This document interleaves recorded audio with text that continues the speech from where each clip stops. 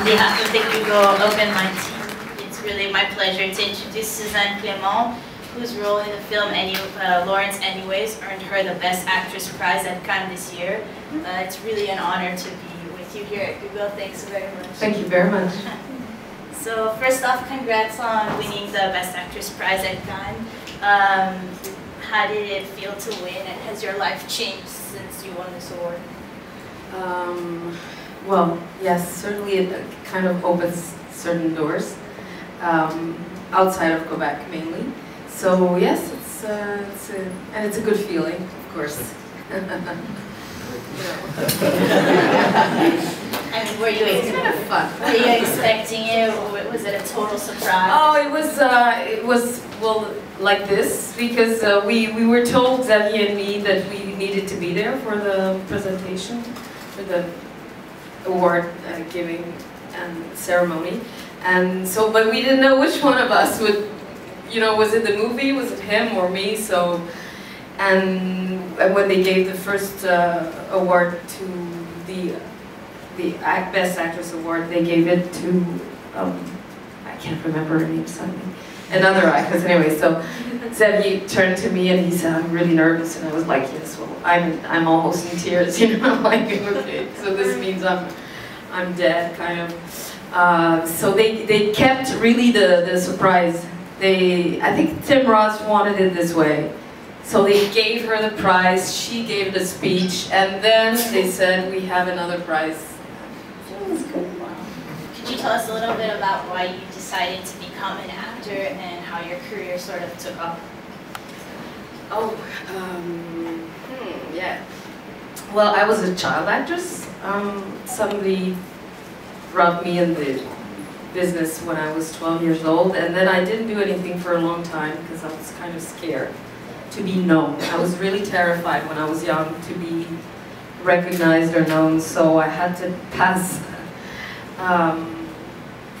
over this fear that I had, and then I did the theater school, and I just fell in love with the whole process of also, discovering yourself as you're discovering characters, and then losing yourself, because there are characters who, I think, who define you, and yeah, where you get to find parts of yourself that maybe you had hidden or forgotten or whatever, and there are others where you throw yourself in new directions and you suddenly don't know exactly who you've become. So that's interesting. It's a process of life, I guess, for everybody. It's probably the same. So yeah, that's it. 2 years ago. Great. The film has a really great soundtrack, Laurence Anyways, especially the scene where you guys are dancing kind of to Bette Davis eyes. In real life, what music do you listen to? Oh, me? Yeah.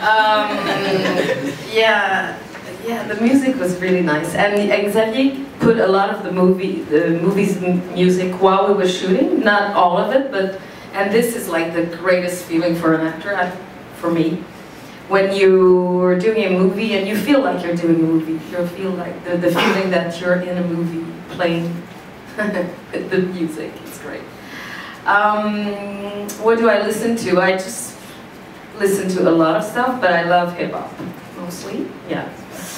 I'm a kind of an R&B hip-hop like music girl. But I listen to jazz and to, but I don't really listen to 80s music, because I've been there. I don't like to remind myself. So, in the film Laurence Anyways, you played Frédéric, the significant other of Laurence, right? A man who decides to become a woman. When you first read the script, could you talk about what initially drew you to the role? Well, actually, Xavier told me about the story while we were shooting J'ai tué ma mère. So he already had the idea, and I thought it was really a love story. So that drew me to the role, and that also scared me because I knew it would be like a, heartbreaking kind of story, which takes a lot of emotions, and I know how I get into those things, and it's just it stays with you. It's like it's not that easy to get out of it.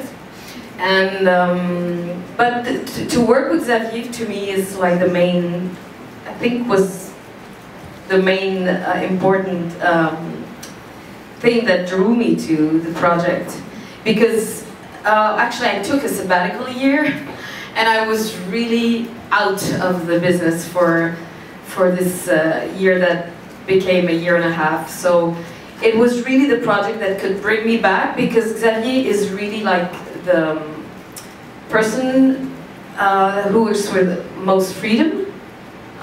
We together also, we always change a lot of things. Even the day before the scene, or even the morning before the scene, we change the dialogue sometimes. And so I know that with him, the project will always be like an evolving process, and this is what I prefer now as an artist, when things can be evolving and just, I love his craziness. He just has this amazing energy that you feel with him, you can go anywhere, anytime.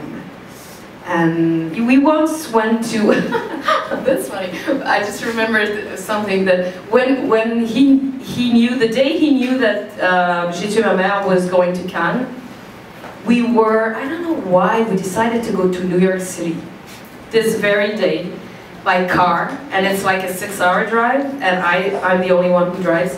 So we drive there, we arrive there, we're super happy in our hotel room, and suddenly he looks at me and he says, Suzanne, you know, I think we should go back tomorrow. Because, and this is, we arrive at midnight, you know, so I'm in the room like, and I'm thinking, what? Yes, like, well, but, you know, we could have breakfast tomorrow, but in the afternoon we should really go back, because he started to have, you know, phone calls that he needed to be in Montreal to give interviews, to, and so I was like, yeah, great.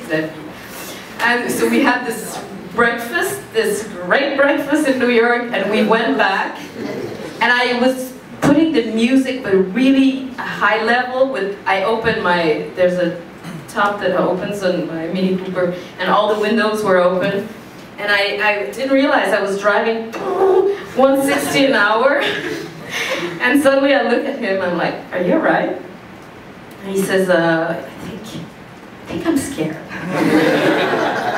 Well, it's your fault. So yeah, we're kind of the crazy people like this who do, yes, stuff like that. That's great. Well, it's obvious in the film. I mean, the film has such freshness and energy to it. So obviously Xavier is only 23 years old, and I heard that he was only 21 when you guys started working together on this film. Obviously, yeah, you worked with him even before. Yes. I saw an interview with him. He was 17 when he gave me the script of J'ai tué ma mère. He wanted me to read it, so yeah.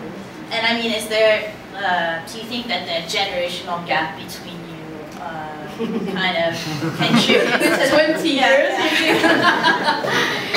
what contributes to the creative process, and does it transpire in this film specifically? I think the fact that I probably never did my 20s right contributes to the fact that we have this energy together. But I mean, he's also, I think, yeah, there's something that Xavier needs from a lot of female friends older than him, me included, obviously. And he shares a lot, and I think he finds a lot of deepness to give to the female characters by having such an immense love and compassion and need for those friendships. So, and he brings the friendship really to a very interesting and level. Yeah, I'm really inspired by him, even professionally, of course, and also intimately. No. Yeah, personally. Yeah. So yeah, so because he asks a lot of relationships, friendships, and he gives a lot too. So I learned to give. I think I learned to go deeper in a few relationships those past years because of our relationship too. Yeah. Great. Does anyone have any questions that they want to ask? What did you do in your sabbatical? You don't want to know. Let's have a drink. And it says it all. And it was embarrassed, most of it. Good place to have a sabbatical. Anyone else? Given the fact that your character was in such a unique and not so common situation, how did you get in the mind of the character? How did you build the character? How did you find the basis to build your character on? Yeah, the circumstances are not normal circumstances, like normal, like usual, but it still is a love-lust relationship, I think, a situation, which I think I know of, obviously. And yeah, but even I think for her, it's almost like somebody dies, but they don't die. They're still there, but so I got to live with the story for 2 years, or even maybe 2 years and a half, in between the moment we knew we would do the movie and the first day of shooting. We had like 2 years that went by. So, and interesting, it's funny when you have it in you as an actor,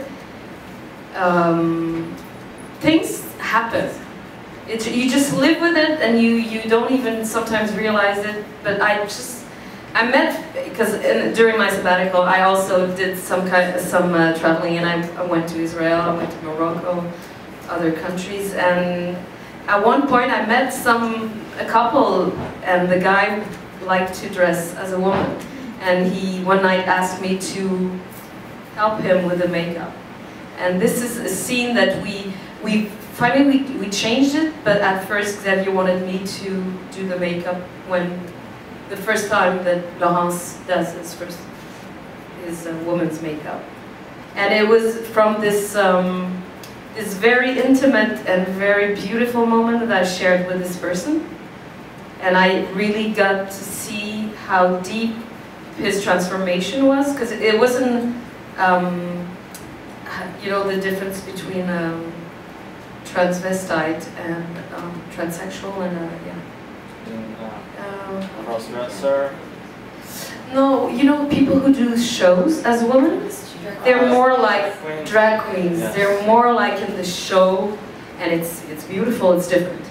But people who really dress up and become like, it's like there is a woman appearing, or a girl, and it's very deep. It's like I don't know how to express it properly, but this person that I knew with a beard, who had shaved his beard this night, who was kind of, you know, a very kind of strong guy, became this girl.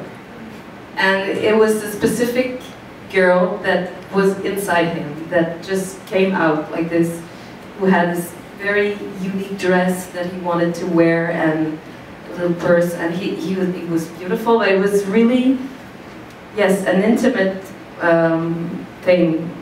And we walked in the street together, and I don't know, the moment was really precious to me, and it was out of the blue. We did the movie 1 year later, so it just happened. But I guess things happen like this in life when you're preparing for something. It's just show up. So yeah. Suzanne, how do you think you would react if you were in her shoes, in her character's shoes? Yeah, I know, it's a hard question to answer. I don't know. Really. Because they have this kind of relationship that it's more than just sexual love, obviously. They have like this other very, very intellectual, crazy, spiritual bonding, so I don't know. I hope I don't have to find out. Melville, who plays Lawrence in the film, spoke about how one of the film's like greatest strengths is the way that the whole sexuality theme almost fades into the background, right? And the film ends up being a lot more about two people in a romantic relationship rather than an obvious film about sexuality. As an actor, was it challenging for you to stay true to the film's subtle approach towards sexuality?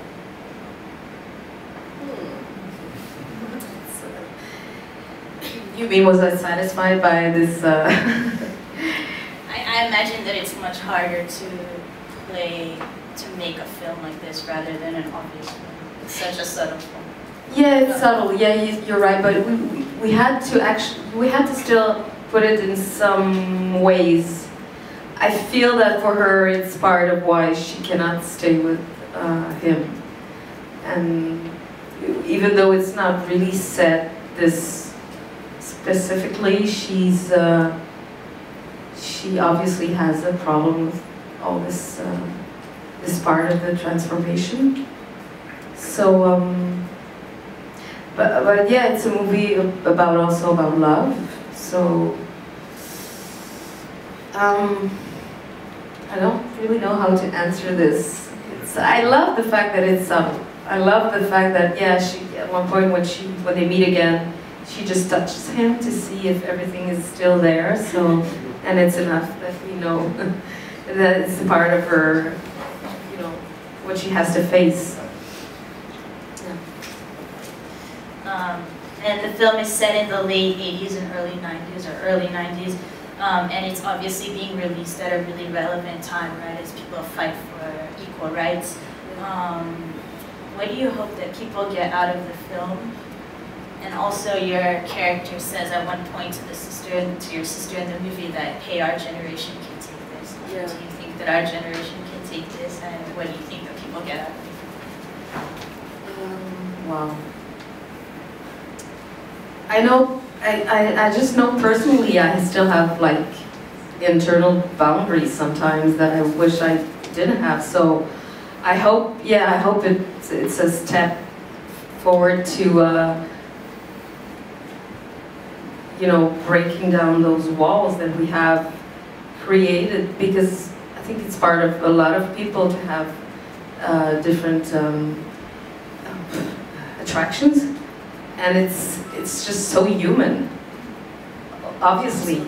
So I hope it does make a difference. Yes, I think we are a little bit further down the road from the 80s, but we still have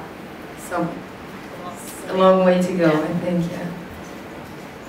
We're still so afraid of what's inside us, of the difference. I think even not just sexually or our sexual.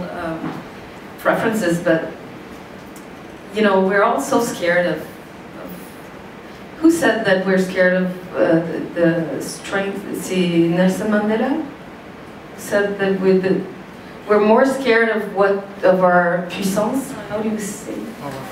Of our power than how powerful. That we're more scared of how powerful we are than I don't know what. But it's true, as human beings, I think we just keep on being, our fears keep us from being taller and greater than we can be. And I think also, Xavier to me is somebody that I can look up to in this vast domain of throwing down the walls to anything.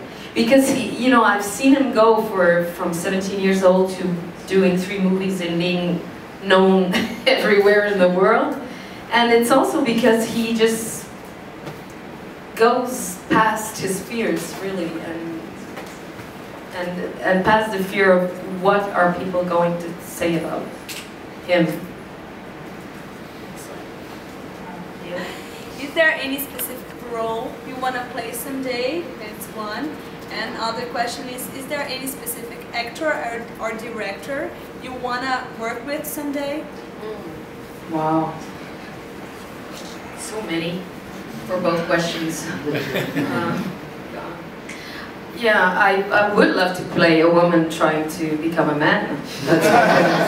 I would have loved to play this character. I would have loved to play Laurence. I tried hard, but yeah. Some kind of huge transformation like this. And there's also this character that I might be working on, which is kind of a con artist. So I don't know if I will do it, but if I do it, I will love doing it. I'm sure it's kind of Who's Afraid of Virginia Woolf, somebody very auto-destructive and very going down the hill, which is interesting but hard also sometimes to play. But if not, there's also, it's more people, yeah, people, really creative people that I would love to work with. Either people like Lars von Trier, who goes different direction every time he works. It must be amazing to, or Anneke, we talked about him earlier, who seems to be so precise that it would scare me to death to work with someone like this, but it probably would be really interesting. Yeah. How do you see the relationship between the internet and the film industries? Oh, wow. God, that's a huge question. It's an amazing love story. Of course. I'm looking at your boss. Yeah. No, but I mean, he's a rebel too, so say whatever. Yeah. Well, you know, I think it's really helping people to see movies. Because there's so many movies that are made more and more, and of course the bigger American movies sometimes take all the place. So let's hope that we still have places like this where we can see some other movies. Because sometimes it's kind of scary how the big screens are taken by the same movies. And really, sometimes they're good, but sometimes they're really not so good. And they're like everywhere. Suddenly, they you know, it's like they belong everywhere, and yeah. So I think internet to me, I'm a very positive person about the internet. Even about Facebook, people go, you know, I think there's some sides of it that are so interesting. Even for my mom, I think.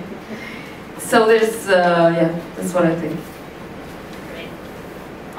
So earlier, for those who weren't with us, we did a crash course in Brazilian food. She tried some sonho de valsa and bananinha and liked some of them. Some of them were just strange. What are your thoughts on Brazil and São Paulo, and also on the Brazilian film industry? Do you have any thoughts on films that you've seen here? Well, I don't know about just the Brazilian industry, but this South American industry, I think, is really exploding. So I would love to work with you. I love I've been to. I've almost had family in well, it's in Peru. It's very different from Brazil, but still, I think there's so much. Creative, I would say craziness in a good way, like really openly, I don't know how to describe it, it's just, to me it's really positive and beautiful, and it can be dark, but it's never too dark. Even the darkness has humor in it, and so I just hope we can see a lot more of you everywhere. I think we will. So, and I'm hoping to see Brazilian movies while I'm here, of course. I think you will bring me to Brazilian movies with Brazilian chocolates, eating Brazilian popcorn. Sounds good. So we're celebrating Breast Cancer Awareness Week here in Quebec, actually. You're celebrating the cancer? Right? I said, you know, you're not dark, you're positive. Awareness, obviously. That's why some people are actually wearing pink. And obviously this really relates to the female community, and it was kind of a funny coincidence that the film, which is also related to female issues, kind of came up at the same time. As a really successful female actress, is there anything that you want to say to the women here at Google and I guess the women in Brazil that will see this film? Well, yeah, let's celebrate the health. I think no, really, I have a few friends who have had cancer, so I'm totally aware, and I think it's awful disease. But yeah, I think we should talk a lot more about health and happiness and positive vibes than the C word. Xavier Dolan and you are come from and living in Montreal in Quebec.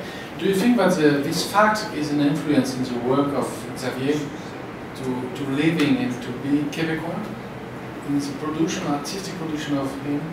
Oh, that's interesting. You know, which side of it would you think would be like more from Montreal or from Quebec? You don't know how influenced he is? The town. Yeah. I think the town. The town? He films the city, that's for one? Yeah, films the city. I think in the openness of the mentality. Yeah, even to think that, to have the courage to think that. Mm. Yeah, I think we have a very open-minded society. Well, very. I don't know if it's open-minded is the right word, but I think we're also a very young society. So we still there are boundaries that we don't have, even like compared to the French people, where I think you have more like there are things that cannot do because Truffaut has been there and a lot of people. So, and for us, yeah, there are things that we can, but Xavier also belongs to the young generation, and there's a lot of things that are my generation and my parents' generation have, like guilt, and even the female, the women's kind of revolution in Quebec was really drastic. And we're really like, we're tough. There's a generation that's really almost too male. And the young generation, I think they're going past this now. So it's really good. And also Xavier has this openness to the world. And still he's based in Montreal, and he's not ashamed of wanting to go to Cannes and win an award and yes, go past the boundaries of Quebec, which normally people don't want to. They're like, you can't say this. We're in a society in Quebec where you're supposed to not want too much. And the young generation, and Xavier is really different also from this generation. You know, I'm wondering in Brazil, I don't think you have that. I think you have, I feel you're I'm not 100% Brazilian. So oh, you have French, right? Yeah, So, well, maybe somebody could answer this from the public. How do you feel your generation is in Brazil? Do you feel like you're allowed to bring your work or your ideas to the world? Do you feel like you have kind of part of the world, or? I guess right now we do. Yeah. I mean, I'm not that young, maybe I was not supposed to be answering, but 10 years ago when I joined college, there was a feeling that, Brazil wasn't such a good place to be. Everybody wanted to live abroad, and I call it like, we had like a syndrome of being inferior to the world. Yeah. Nowadays, that's not what I see. I don't know how real this is, but what we feel every day is that everybody in the world is looking to Brazil, and waiting for maybe some new answer. But that's very different from 10 years ago. We just passed from a place that you would only be if you don't have any other option. I mean, I'm exaggerating, but not too much. Yeah. You didn't look for a bright future here. It wasn't the worst place to be, it's not like that. but it wasn't, we didn't have any hopes of having a good future here, economically speaking, culturally speaking, but now it really has changed. It's amazing.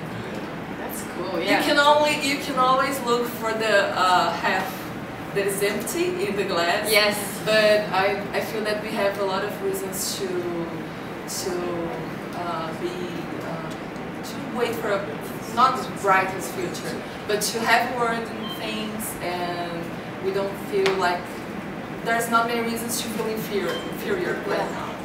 I don't know if everybody agrees, but that's how I feel.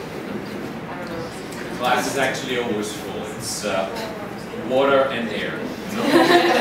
But I can tell you one thing, as a foreigner who's here for 4 years now, it's an honor to be in Brazil at the moment. I think if you compare it to Europe, to the US, this is the country to be in at the moment. This is where you see the energy in the eyes of the people. And this is what changes people at the moment. So it's actually what we're saying, absolutely, Brazil turned around in the last 10 years, and people are looking into Brazil right now. Maybe somebody that is kind of 20-something right now doesn't realize that. But if you're 30s, you can remember how things were 10 years ago, when you were already aware of things, you were young, but you knew that something wasn't right here. Everybody just wanted to be somewhere else. It's not like that. I just arrived this morning.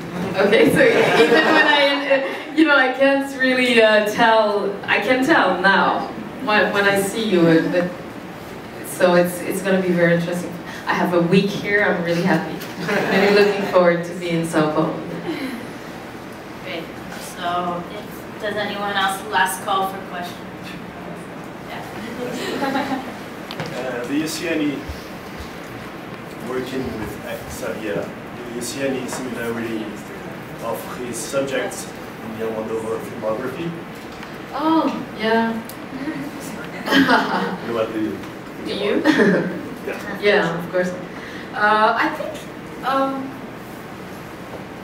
well, yeah, sure. I mean, strong female characters, and even the colorful. But he has so many inspirations. So that's maybe one of them, but it's not the one that he refers to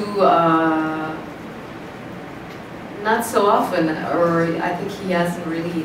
So it's maybe more unconscious, subconscious, whatever. Because there are some inspirations that are really precise, or some scenes that he says, we are going to do this scene like this scene in this movie, and this is really fun. I've never been told this, you know. There was one scene in Laurence where he said, you're gonna do Marlon Brando in, yeah, it's not even a female character, so it was really weird. Yeah. And but it's still, when you see the movie, you don't realize it at all. But it was just fun to have this in mind. It's a crazy idea. So, but he never really mentions Almodovar. But I can see what you say. I can see that. Yeah. Thank you so much, Suzanne. Thank you. Thanks a lot.